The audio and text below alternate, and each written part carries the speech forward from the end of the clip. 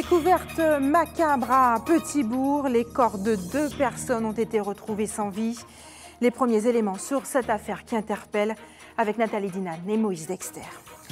Hommage des motards à Cédric Malespine, 21e victime de la route depuis le début de l'année. Vous entendrez l'émouvant témoignage du président des motards de Capesterre-Belle-Eau, dont faisait partie ce jeune Guadeloupéen parti trop tôt. Et puis prenez vos précautions si vous souffrez d'allergies. La pollution aux particules fines continue. La préfecture a maintenu l'alerte rouge. D'où vient cette pollution et comment s'en protéger? Le reportage de Karen Diamin à venir. Bonsoir et nous ouvrons votre journal sur cette découverte macabre. 2 personnes ont été retrouvées mortes tôt ce matin dans une habitation sur route de Versailles à Petit-Bourg. C'est un membre de la famille d'une des victimes qui a donné l'alerte. Suicide ou crime? Nathalie Dinan et Moïse Dexter se sont rendus sur place. Voici leur reportage. La macabre découverte de 2 corps dans une habitation située route de Versailles à Petit-Bourg a provoqué l'émoi dans le quartier et suscité la curiosité de nombreux badauds. Peu après 7 heures ce matin, un homme et une femme tous deux âgés d'une 50aine d'années ont été retrouvés morts, allongés paisiblement, comme s'ils conversaient. La gendarmerie, alertée par un membre de la famille, dépêché sur place, a aussitôt placé un cordon de sécurité avec l'aide de la police municipale. Il fallait préserver le lieu du drame et protéger la famille des curieux. Sur place, l'unité d'enquête et d'intervention de la brigade a déployé ses moyens de recherche, procédé à l'audition des témoins et aux premières perquisitions du domicile, resté intact. Selon les premiers éléments recueillis, les corps des victimes ne présentaient aucune trace de violence, aucune blessure, pas d'impact de balles, de traces d'armes blanches ou d'objets contondants.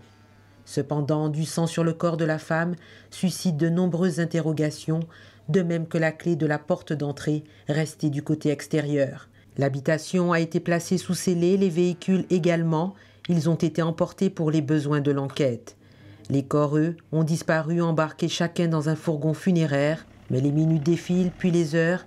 La nouvelle se répand comme une traînée de poudre. La famille arrive au fur et à mesure. Elle exige des réponses. Les amis veulent comprendre. C'est l'incompréhension qui règne. Du côté du parquet, la question du suicide par empoisonnement ou l'homicide par substance est évoquée. L'autopsie des corps devrait révéler plus d'informations sur les circonstances exactes de ce double décès énigmatique. Et de nombreuses questions restent en suspens concernant l'accident qui a coûté la vie à Cédric Malespine. Ce jeune motard de 33 ans a été percuté par une voiture dans la nuit de vendredi à samedi aux Abîmes. Le chauffeur du véhicule lui avait pris la fuite. Il s'agissait d'une voiture volée que les gendarmes ont retrouvée partiellement incendiée derrière le centre commercial de Millénis aux Abîmes. Le monde de la moto s'est rassemblé pour rendre hommage à celui qu'il considérait comme un passionné des deux roues. On écoute Pierre-Guy Retel, le président des motards de Capesterre-Belle-Eau. Il était membre de l'association dans le bureau. Il voulait faire une sortie, d'ailleurs le 29 vendredi qui arrive, il voulait faire une sortie pour la prévention. Le 10 juillet, pareil, il voulait faire la prévention en gros. Et vu qu'il travaillait dans une radio aussi, c'est notre chargé de communication. Il aimait la moto, mais tout ce qui était moto, c'était lui, quoi. Même moi, en tant que président, je ne fais pas autant de moto que lui. Lui, tout le temps, non-stop, il est à moto, quoi. Tous les 11 novembre, on fait une sortie, la plus grosse sortie de l'île. Et d'ailleurs, c'est lui qui fait la sécurité des 2500 motos. C'est pour vous dire qu'il est vraiment impliqué dans le club. Niveau moto, comme je dis à nouveau, voilà, c'est Monsieur Moto. Alors franchement, on est vraiment peiné. Quand on entend la nouvelle, on a entendu la nouvelle, on dit c'est pas possible, parce que lui, il sait conduire. Franchement, il sait conduire, quoi. Alors, en gros, nous, on veut savoir qu'est-ce qui s'est passé réellement. On attend la police pour voir qu'est-ce qu'ils vont dire. Mais comme j'ai dit, dans une ligne droite, un motard comme chevronné comme Cédric, ça ne peut pas arriver qu'un motard meurt là. Tomber à la rigueur, mais meurt là, comme ça, là, une petite ligne droite, non. Alors nous, on veut vraiment savoir. Parce que bon, on a pu entendre que c'est braquage, on a pu entendre que c'est défaut de maîtrise de l'autre voiture, bon voilà, mais on veut savoir. Quel conseil, qu'est-ce que vous voulez dire aux motards actuels?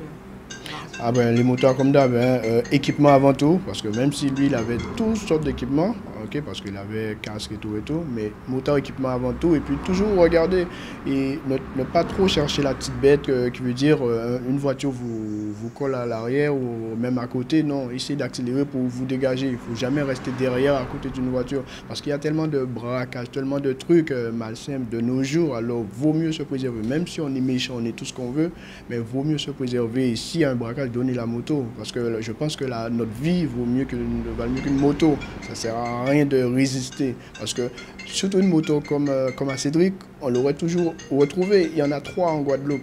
Et les moteurs, on se connaît tous. Alors bon, même si on envoie Dominique le plus souvent, on retrouve la moto. Alors pour moi, c'est la mort gratuite, quoi. Comme on dit, la mort en sachet. Et c'est un peu dommage, quoi. Vendredi 29 avril, on va faire un hommage à Cédric Malespine parce qu'il voulait à tout prix faire une sortie nocturne ce vendredi. Alors là, on aura rendez-vous dans une station que je vais dire sur Facebook et tout, et pour aller déposer les 33 bougies où il est décédé ce jour-là.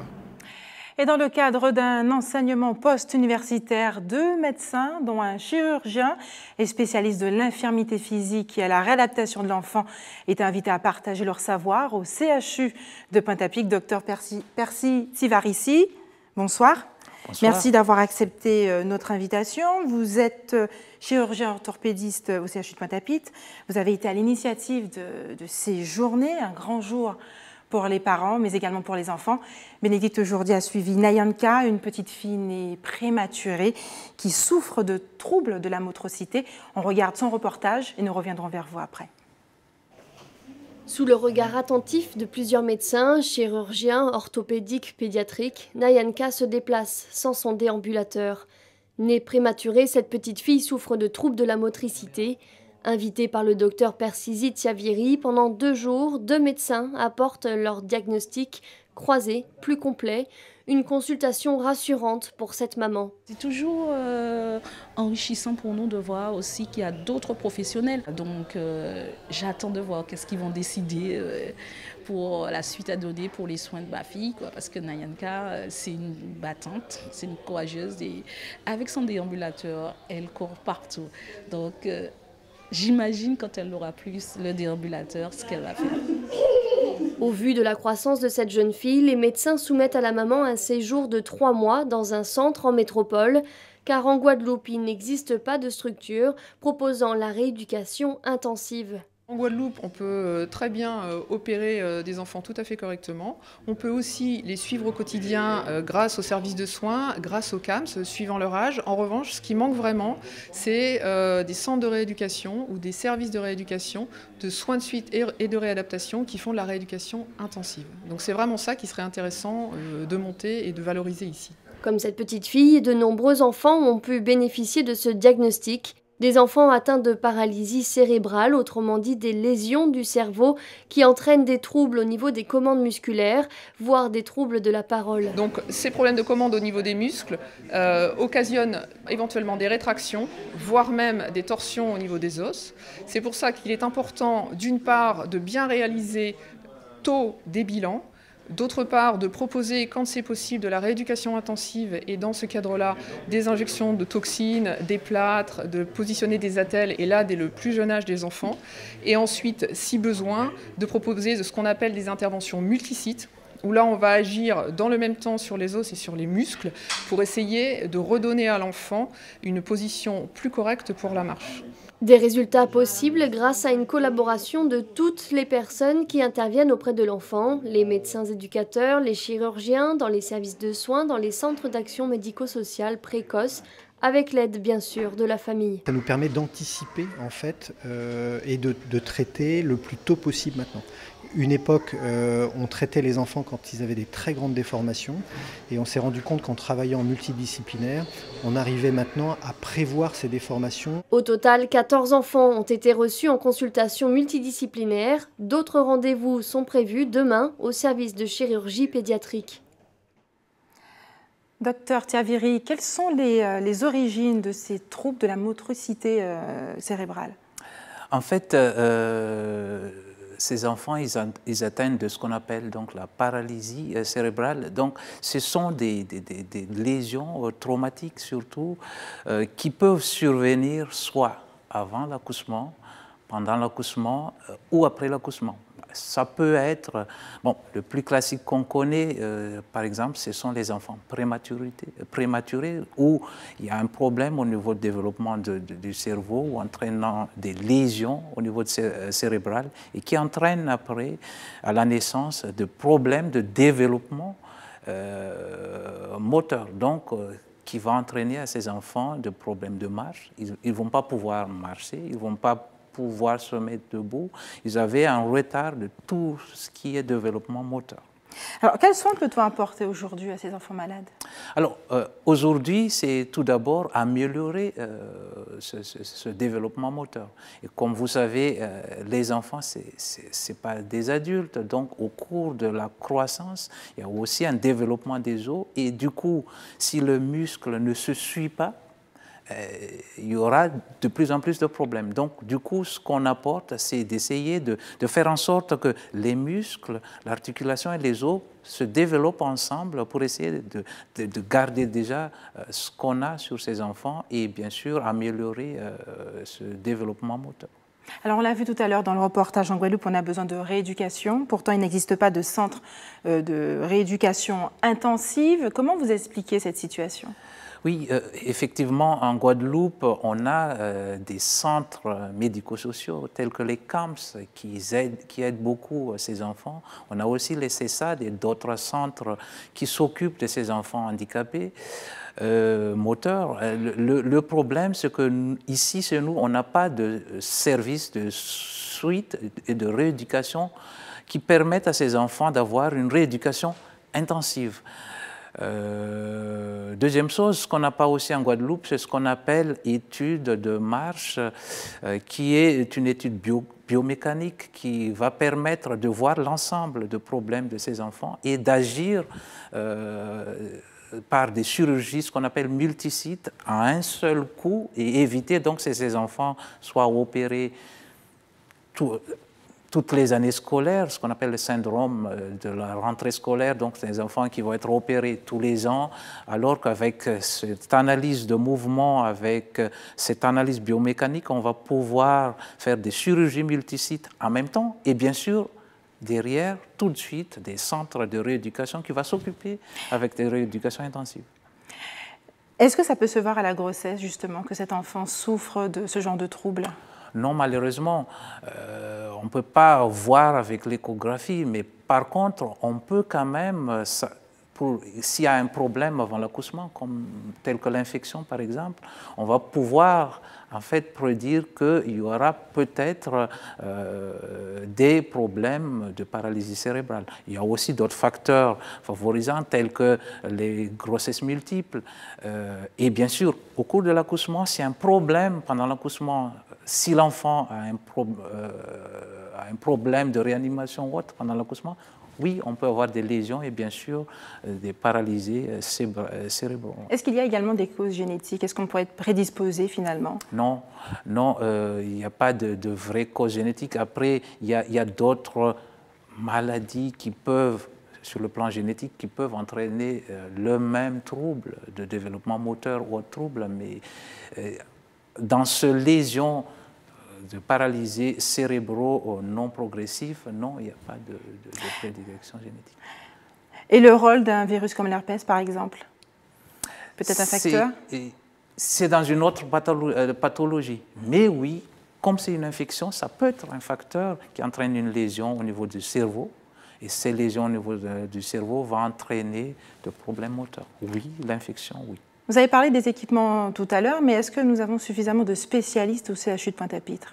Parce que là, vous avez fait venir 2 spécialistes de la France hexagonale. Est-ce que vous le déplorez finalement? On pourra avoir aussi des spécialistes en Guadeloupe? Je dirais que les spécialistes, on en a. On a des pédiatres qui peuvent s'occuper de ces enfants, on a des chirurgiens, on a des kinésithérapeutes, mais le problème, c'est surtout des problèmes de matériel, par exemple, cette analyse de mouvement, cette analyse de marche, on n'en a pas en Guadeloupe.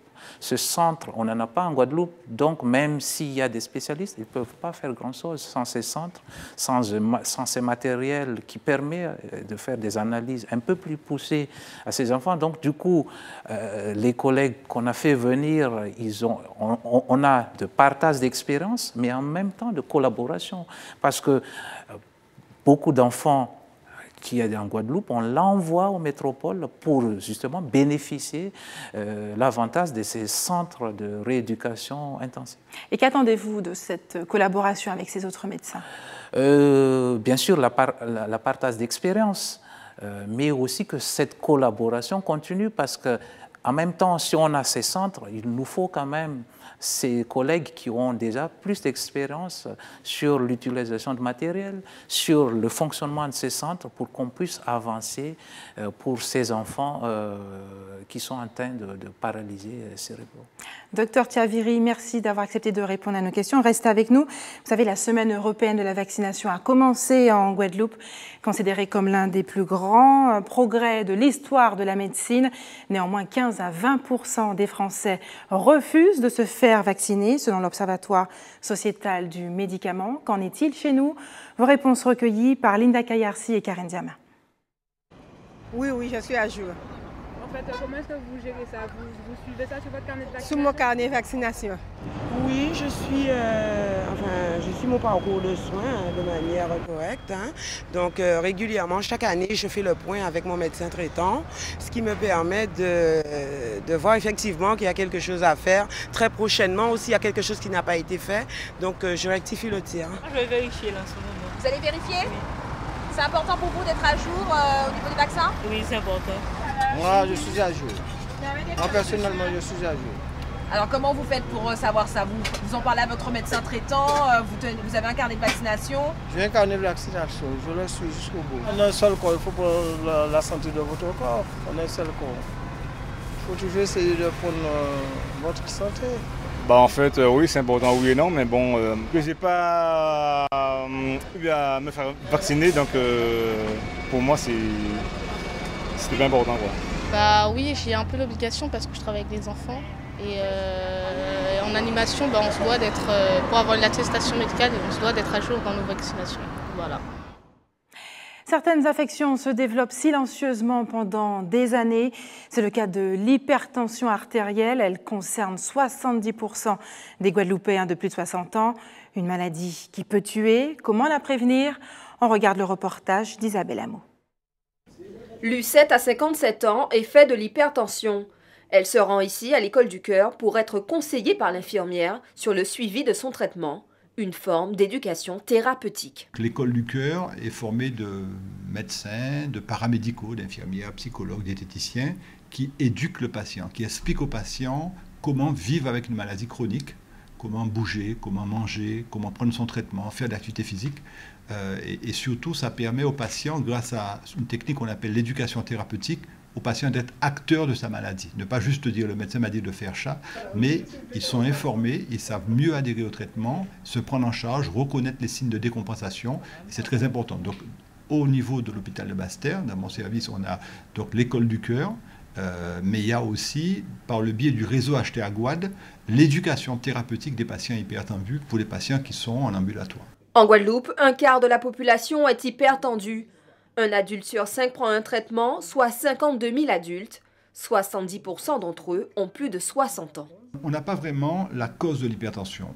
On sait qu'il y a des facteurs qui vont favoriser l'hypertension artérielle. Le premier facteur, c'est l'âge.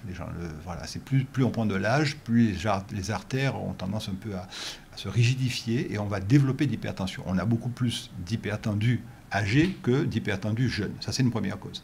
Il y a des facteurs qui vont favoriser l'hypertension. Quand on a des parents hypertendus, ce n'est pas une maladie héréditaire, mais on a plus de risques de développer une hypertension. Donc on va faire attention. Le surpoids, l'obésité, la sédentarité sont des facteurs qui favorisent l'hypertension artérielle, mais ce ne sont pas des causes d'hypertension artérielle. Bon, par contre, on sait comment dépister cette hypertension et on sait comment la traiter. L'automesure est la meilleure manière de contrôler sa tension artérielle. Selon le spécialiste, une visite est préconisée pour les personnes de plus de 40 ans, une fois par an, à l'instar de ce patient qui est venu faire un contrôle. Tout est bon, selon le docteur. L'activité physique, souvent à côté du traitement, doit faire partie du traitement. L'activité physique est un facteur qui va diminuer le risque un jour d'être hypertendu.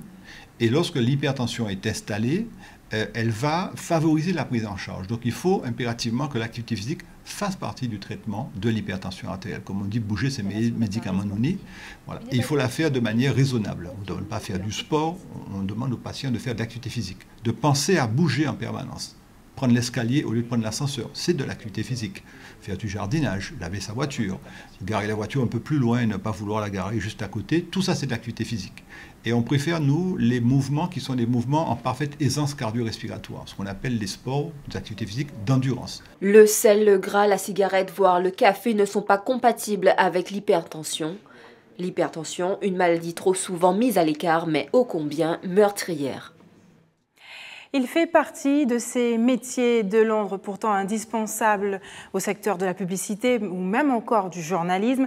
Ce soir, nous nous intéressons au métier d'iconographe. Joëlle Ferly, bonsoir. Bonsoir. Merci d'avoir accepté notre invitation. Vous êtes artiste, consultante en art et formatrice en iconographie. Alors, expliquez-nous en quoi consiste ce métier. Alors, le métier d'iconographe est déjà très peu connu, notamment en Guadeloupe, mais aussi au niveau national. Alors, il consiste à la recherche d'images, de visuels, qui soient de tout type, alors aussi bien des photographies, ce dont je suis moi-même spécialiste, mais ça peut être également des œuvres d'art, ça peut être des images vidéo, ça peut être également des images en 3D, et le management de ces images, parce que bien sûr, ces images sont très souvent produites par des professionnels, ce que j'encourage de faire, mais ces professionnels n'ont pas toujours le temps de s'occuper de la bonne gestion de ces images. Donc il faut effectivement ces iconographes qui sont aussi bien des documentalistes spécialisés que des éditeurs. Moi-même, ayant exercé ce métier en Angleterre, j'étais nommée Picture Researcher ou Editor. Et donc ces métiers d'iconographe sont de plus en plus demandés, mais sont souvent annexés à d'autres professions. Comment devient-on iconographe? Parce que vous êtes une artiste, vous avez fait une grande école d'art au Royaume-Uni. Comment devient-on iconographe? Alors c'est quand même à la base des études de photographie que j'ai fait pour devenir iconographe. Il faut, j'ai envie de dire, avoir une passion, celle de l'image, et une aptitude, celle d'avoir un œil, puisque le métier d'iconographe requiert quand même cela, de pouvoir voir certains détails, ce qui est de moins en moins fréquent au jour d'aujourd'hui, et d'avoir quand même le souci d'une qualité de l'imagerie. Je déplore un petit peu l'usage un petit peu trop prolifique de toutes ces nouvelles technologies qui font que malheureusement on ne fait plus du tout appel aux professionnels. J'entends aussi bien les photographes, mais également les filmmakers, les reporters, parce qu'on a un petit peu trop tendance à se contenter de ce que le petit téléphone peut faire. Et il est, à mon avis, très dommage, par exemple, que lors d'un mariage, on se dédouane de faire appel à des professionnels, alors que justement, pour un moment aussi unique, il serait beaucoup plus pertinent, à mon sens, d'avoir de l'imagerie de qualité. Alors justement, vous formez les jeunes et les moins jeunes, vous animez plusieurs sessions de formation, prochainement en Guadeloupe et en Martinique. Quel est l'objectif de ces formations ? Alors c'est bien sûr d'augmenter un petit peu cette connaissance de l'image et de la qualité d'image, pour que tout le monde ait une culture à cette qualité de l'image, et ensuite de faire en sorte qu'il y ait de plus en plus de Guadeloupéens qui s'investissent dans ces professions. J'entends par là les professions qui sont aussi bien dans le domaine de la presse que de l'édition, dans le domaine même des municipalités, dans le corps des entités publiques, puisqu'il faut savoir que toute entité publique et même privée a l'obligation, par exemple, de tenir des archives. Et très souvent, ces archives contiennent des éléments visuels. Et ces visuels, il faut les manager. Alors, j'ai appris que justement plusieurs participants ont déjà trouvé du travail grâce à cette formation. Alors oui, il faut savoir que cette formation peut s'exercer de deux façons. La façon la plus, on va dire, commune, c'est de travailler dans une agence. Alors, on a un petit peu cette pauvreté ici dans la Caraïbe, mais sur le territoire national, bien sûr, ces agences sont vraiment nombreuses, et notamment en Europe. Donc, je forme des jeunes avec l'espoir que ceux-ci, quand ils iront faire leurs études en Europe, puissent travailler en parallèle pour notamment financer leurs études dans une agence photographique. Justement, à quoi peuvent-ils prétendre juste après ? Alors, pendant le travail, c'est tout simplement de travailler dans une agence, et pas les moindres, puisque les agences sont en général connues pour être internationales.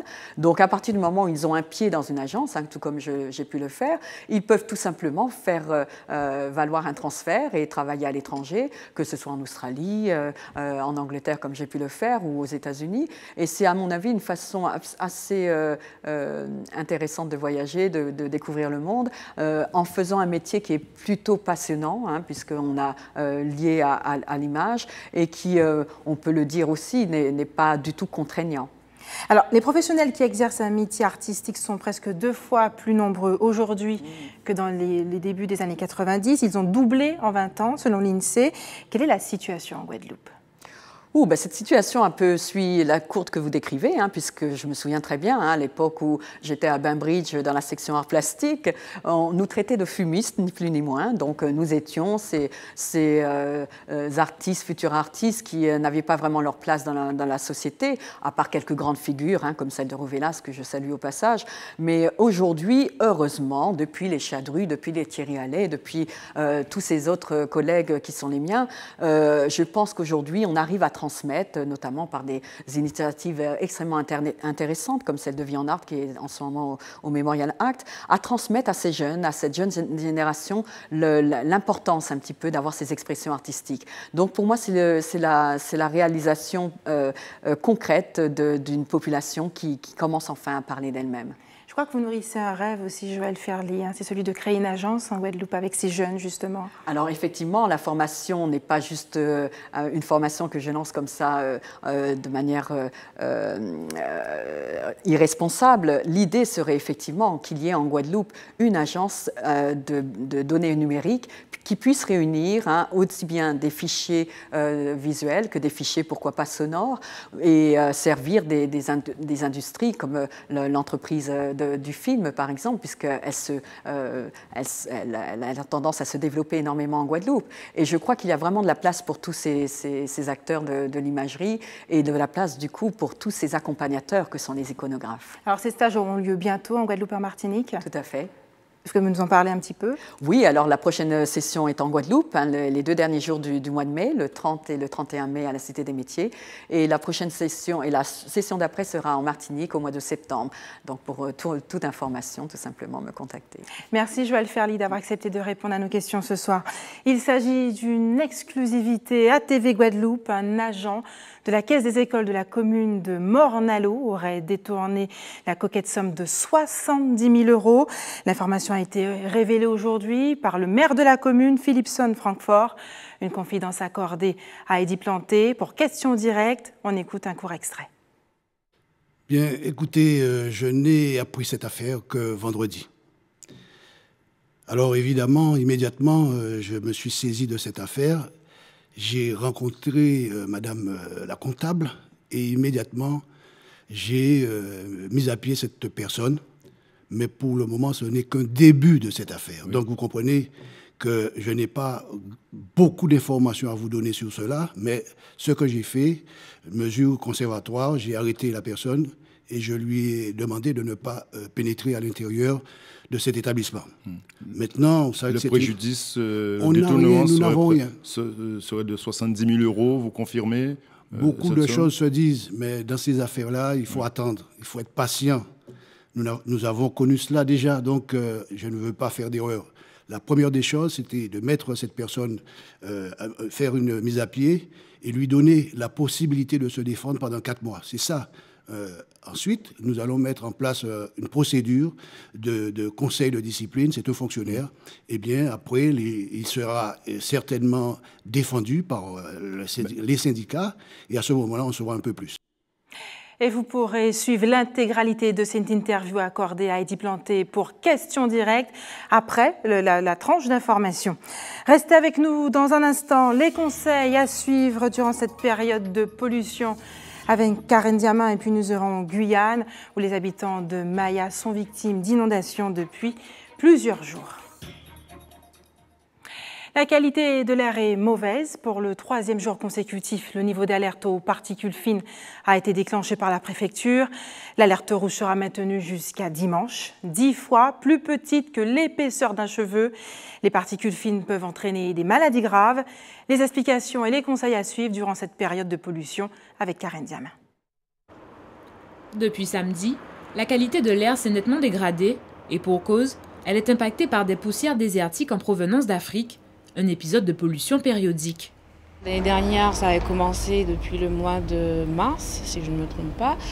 Et donc on les rencontre essentiellement les brumes à partir effectivement de la période du carême jusqu'au mois de septembre, octobre. Voilà, donc là on en commence, c'est le début et il y en aura sûrement encore quelques épisodes. Voilà. Des pics de pollution atmosphérique calculés sur la base de 4 polluants retrouvés dans l'air, à l'image du dioxyde d'azote. Le niveau est caractérisé par l'indice qui évolue de 0 à 10 et qui donc varie entre très bon à très mauvais en passant par bon, moyen à médiocre.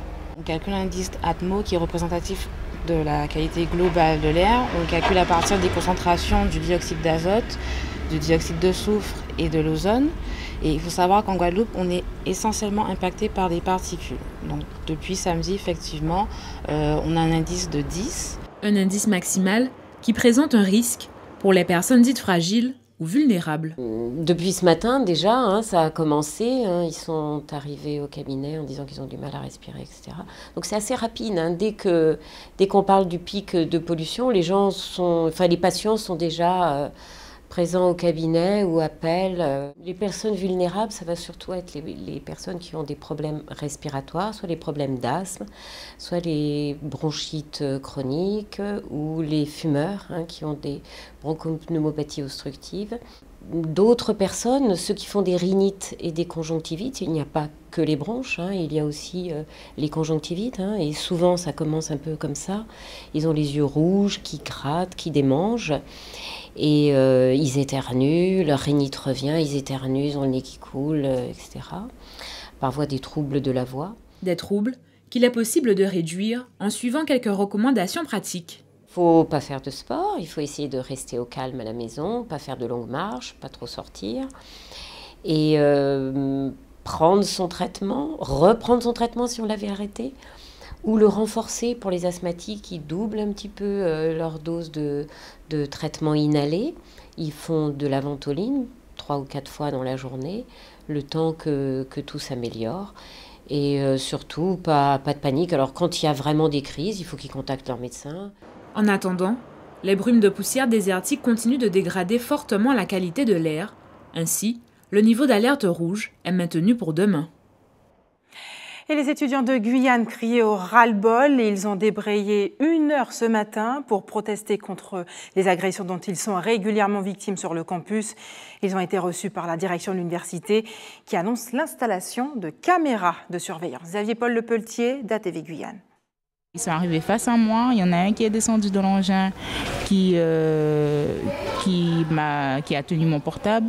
Donc bon, moi j'ai résisté, j'ai essayé de tirer, j'ai essayé de résister. Et en fait, c'est lorsque j'ai vu que j'allais prendre des coups, j'allais prendre un coup de poing, que là, c'est là que j'ai lâché prise. Ils ont récupéré le portable et ils sont partis. C'est vraiment terrifiant. Il y a des agressions à toute heure maintenant, à n'importe quelle heure de la journée, que ce soit 8h, 14h, 11h, 20h. Il y a des agressions à toute heure sur le campus. Au bout d'1 mois, même pas que j'habitais sur le campus, je me suis fait cambrioler. Pendant que je dormais, on m'a volé mon ordinateur. Et 4 personnes dans mon couloir aussi ont été victimes de cambriolage. Et du coup, on vit en insécurité. Le soir, on sort plus. Enfin, moi, j'ai peur en tout cas.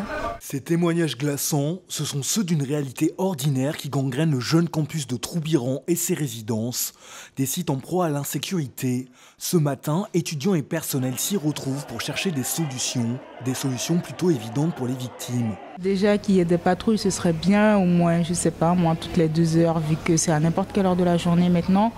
Et le soir, qu'il y ait des vigiles à la sortie des cours. J'aimerais que le responsable qui est au campus là ils fassent plus de rondes et tout ça. L'université n'a pas les moyens de recruter du personnel à cet effet. Du côté de la présidence, on se dirige vers d'autres pistes. Il faut améliorer les conditions d'éclairage le soir, c'est essentiel, puisqu'à partir du moment où on a des sites bien éclairés, forcément les petits voyous ne se présentent pas trop ou ont plus de mal en tout cas à se présenter devant nos publics.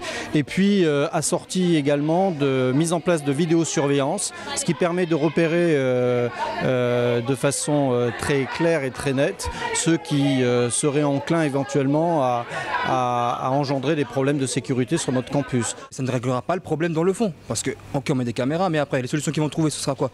On met des caméras, on se fait braquer, et après quand il y aura des caméras, ils mettront des cagoules pour passer à couronnette. En dehors de l'éclairage et de la vidéo, l'autre cheval de bataille est celui d'à nouveau s'attaquer à la circulation qui a déjà été basculée à sens unique.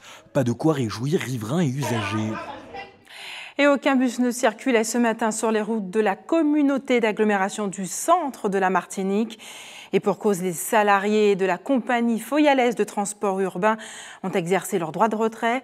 Ils dénoncent un manque d'informations sur le nouveau dispositif de carte et ticket sans contact, des titres de transport baptisés Cohésion et qui devaient entrer en vigueur aujourd'hui. Les précisions avec Frédéric Mazy et Michelet François d'ATV Martinique. Ici, ils ne font pas du transport, ils font du transport de bétail, du transport des animaux. Les gens, il n'y a pas de bus de remplacement, il n'y a rien. Les employés ne sont pas formés. Comment vous pouvez me dire que des chauffeurs ne sont pas formés? Les employés n'ont pas de formation, ils font n'importe quoi. Non, colère des usagers mosaïques. Aucun bus ne dessert les communes de la CACEM. Chacun doit s'organiser. Il n'y a aucun bus aujourd'hui pour le moment. Donc il faudra suivre les informations. Comment j'ai fait pour moi, mon Gérald? Alors pour mon Gérald, madame, c'est soit il faudra prendre soit un taxi de place ou vous rapprocher avec les taxis collectifs. Cet homme âgé se rend à Fond-la-Haye. Seule solution, le taxi. Ça coûte 15 € pour aller à Fond-la-Haye. Il n'y a pas de, je suis obligé, il peut y aller à pied. Je suis obligé de prendre le taxi. Ça vous embête? Ah ben je comprends 15 € quand même. Au lieu de 1,20 €, ça fait quand même beaucoup. Pendant que les usagers cherchent des alternatives, au dépôt des bus Mosaïque rencontre au sommet des grévistes. Objet de la discorde, cette carte nommée Cohésion, un nouveau système billettique qui permet aux passagers de passer simplement sa carte devant une borne pour valider son titre. Les employés de Mosaïque souhaitent bénéficier d'une formation pour répondre au mieux aux attentes des usagers. Vous comprenez qu'aujourd'hui, on ne serait pas quand même crédible d'aller lancer un nouveau type de transport et puis que nous, les premiers en face de la clientèle, on n'a pas les informations qu'il faut. Donc on est obligé de faire effectivement notre retrait. 5 millions d'euros ont été investis dans ce nouveau service, mais 10% des bus ne seraient pas encore équipés des nouvelles bornes comme celui-ci. Ça par exemple, c'est un sous-traitant et ce véhicule-là, il est équipé de l'ancienne machine, toujours, la machine magnétique. Donc il n'a pas de sans contact comme vous pouvez voir. Donc c'est vrai que c'est pour tout ça effectivement qu'on dit que ce n'est pas possible de lancer le sans contact aujourd'hui. Face à ces difficultés, la direction a mis en place un plan d'urgence. Ce qu'on essaye de faire, c'est bien entendu de recenser l'ensemble des dysfonctionnements d'ordre logistique et technique pour pouvoir y remédier le plus vite possible. Et on y travaille donc depuis ce matin et on va travailler avec les partenaires de façon à ce que cette situation soit la moins pénalisante, aussi bien pour les conducteurs, receveurs, mais également pour la clientèle. Entre une direction qui reconnaît des dysfonctionnements et des chauffeurs qui débrayent sans prévenir, ce manque de concertation aura fait une victime, toujours la même, l'usager. Et eux aussi réclament plus de considération. Ce sont les habitants de Maya en Guyane. Depuis quelques jours, ils se réveillent les pieds dans l'eau en raison des fortes pluies qui s'abattent en Guyane. Les habitants se disent abandonnés. On regarde le reportage de Mia Pierre d'ATV Guyane. Tout ça, tout est perdu. Comme beaucoup d'habitants de Maya à Matoury, Marie-Cécile s'est réveillée les pieds dans l'eau. Dans la nuit de vendredi à samedi, les pluies diluviennes ont provoqué de fortes inondations dans cette résidence. Les eaux sont montées jusqu'à 15 cm dans certaines maisons. On est dans la maison en train d'enlever l'eau, d'arrêter un petit peu l'arrivée d'eau au niveau de la maison. Donc on a mis des draps par terre pour pouvoir arrêter l'eau. Mais ça n'a pas servi, ça n'a pas eu d'effet. Donc vers 1h30, on est parti, on a tout laissé. On a tout fermé, on est parti et là maintenant on revient pour essayer de nettoyer parce que l'eau n'arrêtait pas de monter. Face à la montée des eaux, les habitants sont excédés et en colère. Ce n'est pas la première fois que cela arrive. Chaque année, la même scène se répète. Pour le mois d'avril, pour le mois de mai, c'est toujours la même chose. 2 ou 3 fois, ça nous arrive à tous. Le problème, c'est la canalisation qui c'est mal fait. Il y a un cric derrière. Il y a des maisons qui n'avaient pas le droit de les construire. Ils les ont construits quand même avec la terre. Alors, c'est le mauvais. C'est pour ça qu'il y a de l'eau comme ça, la marée. Oh, et le canal est bouché. Du moment qu'ils ne nettoient pas les canaux, tout le temps, nous avons ce même problème. Tout le temps. Si certains ont décidé de quitter la résidence, d'autres souhaitent que le bailleur trouve une solution. Le problème viendrait de la canalisation. Qu'on évalue justement les risques, qu'on évalue les maisons. S'il y a des maisons qui doivent être démolies, qu'on puisse le faire, voilà, mais en tenant compte des personnes qui y habitent. C'est-à-dire qu'aujourd'hui, c'est vrai, des personnes ont accepté d'être relogées, mais aujourd'hui, les gens ont du mal à quitter une maison individuelle pour aller atterrir dans un HLM ou dans un logement plus petit ou tout un tas de choses. Venue constater les dégâts, Patricia Auerbach, responsable du service gestion locative de la Seine-Saint-Marc, s'est refusée à toute question des médias. Ces inondations ne sont pas sans conséquences pour les résidents de Maya. Prochaine étape, une saisine des autorités pour sensibiliser les assurances. Quelques informations pratiques maintenant avant de refermer cette édition. Il y aura des coupures d'eau demain aux Abîmes dans la zone de Mamelles et également dans la zone qui alimente l'aéroport des Abîmes. Un retour à la normale est prévu en fin d'après-midi. Et puis plusieurs communes seront touchées par des coupures d'électricité, notamment à Vieux-Fort, Sainte-Anne et Augozier, à Route de Fort-Fleur-d'Épée et à Bas-du-Fort. Des coupures qui auront lieu essentiellement dans la matinée. C'est la fin de notre édition locale et régionale. Dans un instant, questions directes présentées par Eddy Planté.